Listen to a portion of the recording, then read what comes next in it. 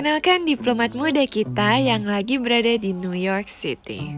Nama saya Haryo Budi Nugroho, saya counselor untuk bidang politik dan Dewan Keamanan di Perutusan Tetap Republik Indonesia untuk Perserikatan Bangsa-Bangsa di New York. Indonesia menjadi Dewan Keamanan di PBB. Itu memang saat ini ada karena kebetulan Indonesia terpilih kembali menjadi anggota Dewan Keamanan untuk periode tahun 2019-2020. Sudah berapa lama Haryo bekerja di Kementerian Luar Negeri? Di Kementerian Luar Negeri sejak tahun 2007, tapi sebelumnya saya juga sempat magang sebagai mahasiswa sejak tahun 2005. Sharing dong pengalaman Haryo bisa sampai bekerja di Kementerian Luar Negeri. S1 saya lulusan Fakultas Hukum Universitas Indonesia, kemudian S2 dan S3-nya di University of Virginia School of Law. Jadi pada saat kuliah di UI, kebetulan ambil jurusannya Hukum Internasional.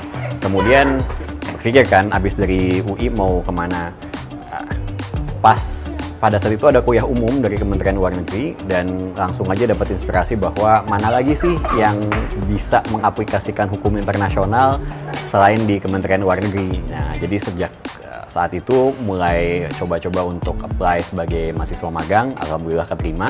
Tahun 2005 itu selesai semester genap, dan setelah itu setiap kali libur semester selalu magang di Kemlu sebagai mahasiswa magang. Nah, dari situ baru mulai tertarik lagi dengan dunia diplomasi. Jadi nggak hanya mengenai aplikasi hukum internasional, tetapi juga politik internasional, ekonomi internasional. Selama bekerja menjadi diplomat, Haryo udah kemana aja? Wah, kalau mau dihitung banyak ya. Cuman penempatan di luar negerinya sih baru satu kali di Amerika Serikat. Jadi dulu penempatan pertama di KBRI Washington DC, saat ini penempatan kedua di PT RI New York. Pernah juga dulu magang juga sebagai atase di KBRI Den Haag. Jadi setelah lulus pendidikan diplomat junior, ditempatkan selama 3 bulan di KBRI Den Haag. Sharing dong pengalaman dan tempat yang paling berkesan buat Haryo selama bekerja di Kemenlu. Yang paling berkesan dan akan selalu paling berkesan itu adalah pada saat kita diberi kepercayaan untuk menyampaikan pernyataan atau statement atas nama Indonesia. Karena pada saat itu kita betul-betul merasakan bahwa kita mewakili 260 juta rakyat Indonesia di forum internasional. Itu sangat berkesan sekali. Saya sangat beruntung beberapa kali mendapatkan kesempatan tersebut untuk membacakan statement di berbagai forum, dan itu rasanya fulfilling banget sebagai seorang diplomat bisa menjalankan tugas tersebut. Paling berkesan selain Amerika Serikat ya, karena sering banget kesini, udah 2 kali penempatan sini, jadi udah familiar dengan tempatnya, dengan orang-orangnya. Yang sangat berkesan tuh juga Jerman. Waktu itu di sana sebagai fellow di International Tribunal for the Law of the Sea tahun 2013-2014, karena ngeliat masyarakatnya itu sangat disiplin. Kemudian sistem tata kotanya juga sangat teratur, mingle dengan orang lokal, kemudian gimana cara menikmati kota dan negaranya tanpa harus keluar duit banyak, ke tempat wisata yang nggak banyak orang tahu gitu. Jadi itu sangat berkesan meskipun cuman hampir 9 bulan di Jerman. Sebenarnya pekerjaan diplomat itu apa aja sih? 5 fungsi atau tugas utama diplomat itu ada 5. Pertama adalah representing, jadi mewakili kepentingan Indonesia di luar negeri. Kemudian yang kedua negotiating, jadi menegosiasikan kepentingan kita pada saat kita punya hubungan bilateral dengan negara lain atau bahkan di dalam konteks organisasi internasional. Yang ketiga itu adalah protecting, jadi melindungi kepentingan nasional. Nah, kepentingan nasional ini bisa kepentingan sebagai negara atau melindungi warga negara juga di luar negeri. Jadi kalau misalnya sering nonton TV ada proses evakuasi karena misalnya suatu negara itu lagi sedang perang atau pas segala macam, itu salah satu tugas diplomat. Kemudian reporting itu berarti melaporkan kepada pusat apa yang terjadi di tempat kita. Yang terakhir ini yang saya paling suka adalah promoting. Jadi mempromosikan Indonesia di luar negeri. Itu bisa dari yang sifatnya sangat komersil gitu, bagaimana kita memajukan investasi asing di Indonesia, atau bahkan untuk pariwisata gitu. Jadi semakin banyak wisatawan yang ke Indonesia, atau sesederhana orang tahu nggak sih soal Indonesia itu ada di mana gitu.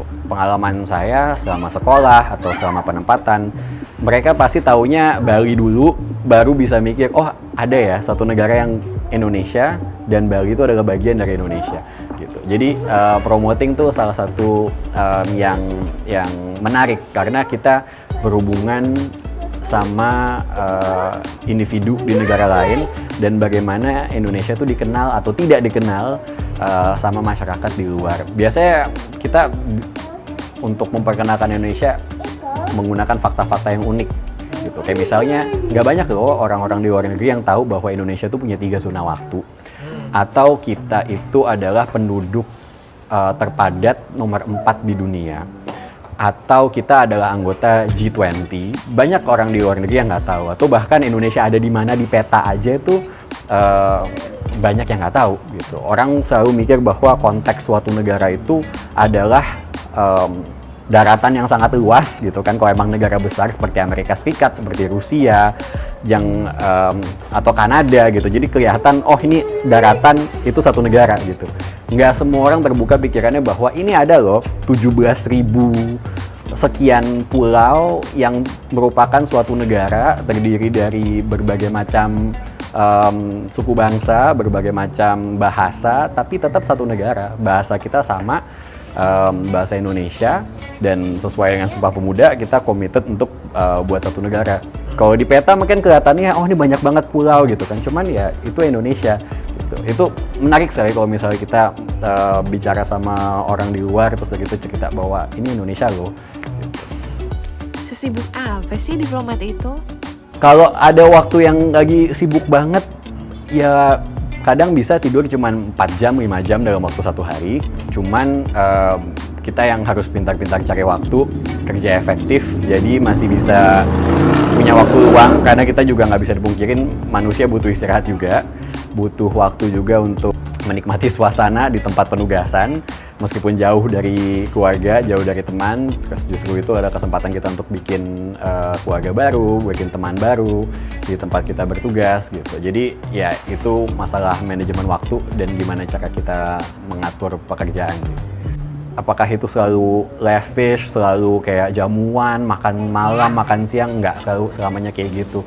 Ada juga masa-masa di mana kita 24 jam negosiasi non-stop sama counterpart karena kita dikejar deadline untuk bikin suatu perjanjian atau sedang mengatasi krisis masalah tertentu gitu, yang mengharuskan kita dengan stamina yang sangat prima. Ya nggak ada itu yang yang mewah atau apa segala macam, ya ini seadanya, yang penting kerjaan kita selesai.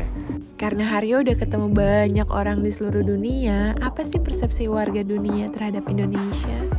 Banyak yang nggak kenal justru sama orang Indonesia, karena untuk paham Indonesia ada dimanapun juga nggak semuanya tahu. Kemudian karena Indonesia juga terdiri dari berbagai macam suku, berbagai macam golongan,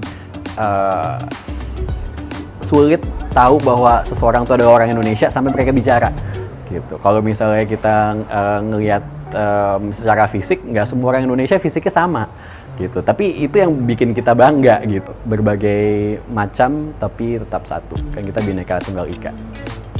Sharing dong tentang gaji diplomat.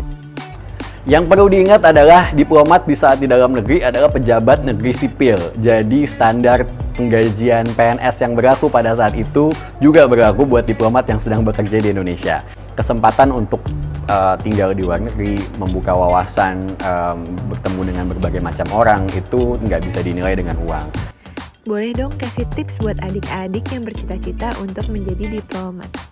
Di angkatan saya ada yang jurusan bahasa, ada yang jurusan ekonomi, ada yang hubungan internasional tentunya, kemudian ada jurusan komunikasi. Jadi tergantung pada saat itu keperluannya apa. Bahkan salah satu senior ada yang jurusan teknik, karena pada saat itu memang dibutuhkan seseorang yang punya kemampuan untuk kerjasama teknik internasional. Jadi jurusan yang sangat spesifik juga diperlukan from time to time.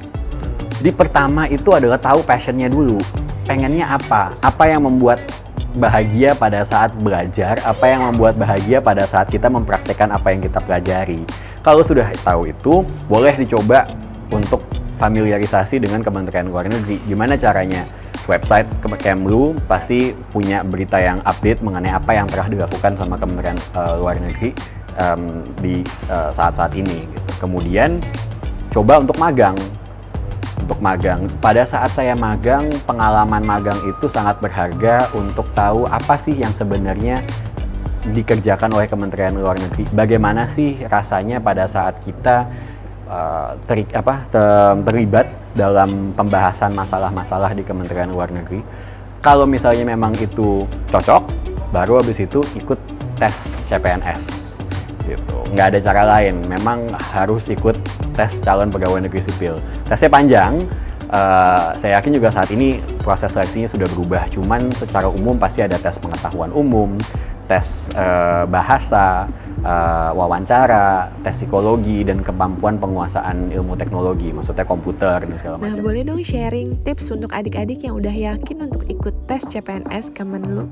Nggak ada formula khusus untuk tips, tapi harus siap dengan semua. Jadi pada saat magang digunakan kesempatannya untuk memperluas wawasan dan pengetahuan mengenai politik luar negeri, kebijakan luar negeri Indonesia.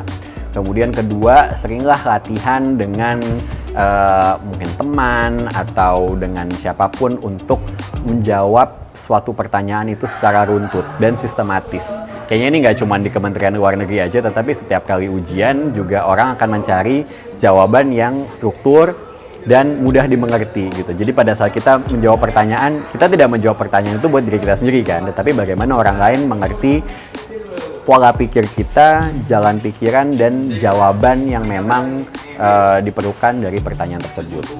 Dan yang terakhir, jaga kesehatan. Karena kalau pada saat ujian itu sakit atau nggak enak badan, nggak ada gunanya persiapan yang udah dilakukan 3-6 bulan sebelumnya. Jaga kesehatan dan stamina itu sangat penting. Dan proses seleksi CPNS itu nggak hanya satu kali tes kemudian selesai. Pada saat saya tes itu kurang lebih memakan waktu 5 bulan. Mulai dari pendaftaran atau bahkan lebih, mulai dari pendaftaran sampai dengan penerimaan. Mungkin pesan yang bisa saya bagikan adalah manfaatkan semua pengalaman sebaik mungkin, karena pasti ada yang bisa dipelajari dan berguna untuk di masa mendatang. Terlepas dari nanti akhirnya memutuskan untuk jadi diplomat atau tidak, saya sarankan kalau misalnya memang sekarang sudah ambil mata kuliah hukum internasional atau hubungan internasional, coba aja magang dulu di Kementerian Luar Negeri dan dapat exposure sebagai intern untuk tahu bahwa apa sih yang dilakukan sama diplomat, apa sih yang dilakukan sama Kementerian Luar Negeri gitu. Pengalaman itu pasti akan berharga dan mudah-mudahan bisa bergabung sebagai Korps Diplomatik Indonesia. Terima kasih untuk Haril yang sudah berbagi ilmu dan pengalamannya, dan terima kasih juga untuk teman-teman yang sudah nonton video ini. Jangan lupa di like ya. Kalau untuk negara yang dikunjungi, mulai dari negara di kawasan itu udah ada Singapura, Malaysia, kemudian Filipina, tapi nggak seperti teman-teman yang lain. Mungkin kalau ke Filipina ke Manila, saya justru ke Davao. Karena saya dulu di bagian perjanjian perbatasan.